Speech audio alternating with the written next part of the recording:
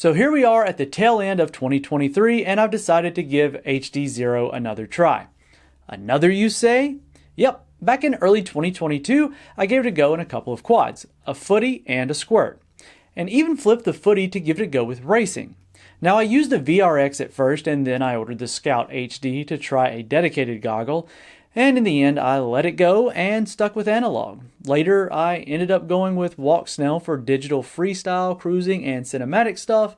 Now I love the system, but to be frank, I hate having multiple goggles.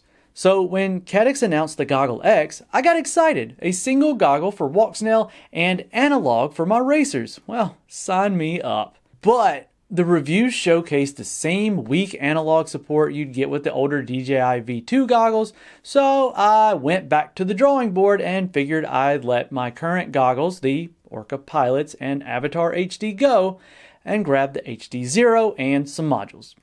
While ordering it, it only cost me an extra $50 to give this whole 90 FPS setup a try with the Race V3, so why not? So it's been a couple of weeks here with one of my Light Switch V2 setups, but unfortunately my darn analog module hasn't arrived and I'm still waiting on my Walk-Snell VRX. Edit. The Walk-Snell VRX is here and it's on point. So back to the video. So I figured it'd be a good time to discuss my impressions of the 90 FPS camera with the Race V3 VTX. Setup now is so much easier than it was the last time I tried, thanks to the easier to deal with V3 being able to run off of 5 volts and Betaflight being super straightforward. Fitment was fine, and honestly it was just plain went smoother than it did last go around. Resources, including the Discord, are much better now, and it no longer feels like it's in an alpha, but rather a standard release product. So, good moves there. To the field I went. Excited that I was about to be 3 times faster than before. Just kidding. I had no expectations like that. But what I was greeted with was a pretty pleasant experience. The 540p 90 FPS is certainly not as clear as the 720p 60 I remembered and doesn't come close to what I'm used to with Walk-Snell. But that doesn't look bad. The goggles definitely helped. Man, they are super nice.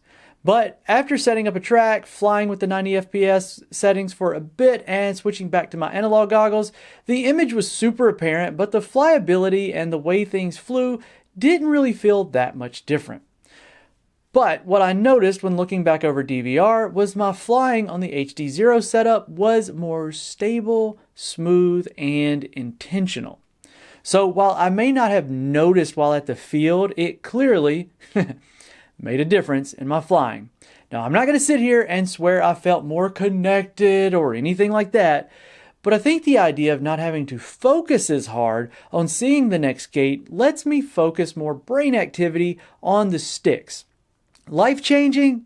Well, not for me. Sorry, I'm not quite orgasmic at the 90 FPS camera, but the goggles, man, the goggles are fantastic. They feel good, they fit great, and they are so comfortable to me.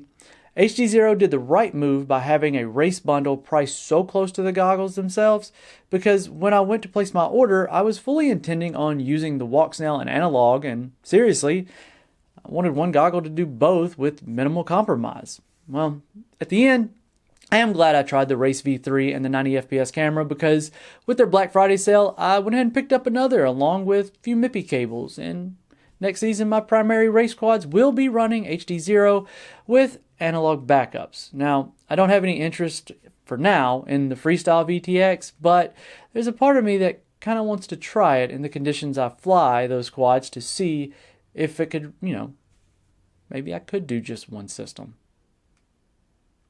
Time will tell, and next time we meet, we'll be back to the filming side of things, unless you want to see if I can make the HDZero DVR look good like we did with the Walk-Snell DVR previously. So let me know in the comment section, and we'll see you in the next one.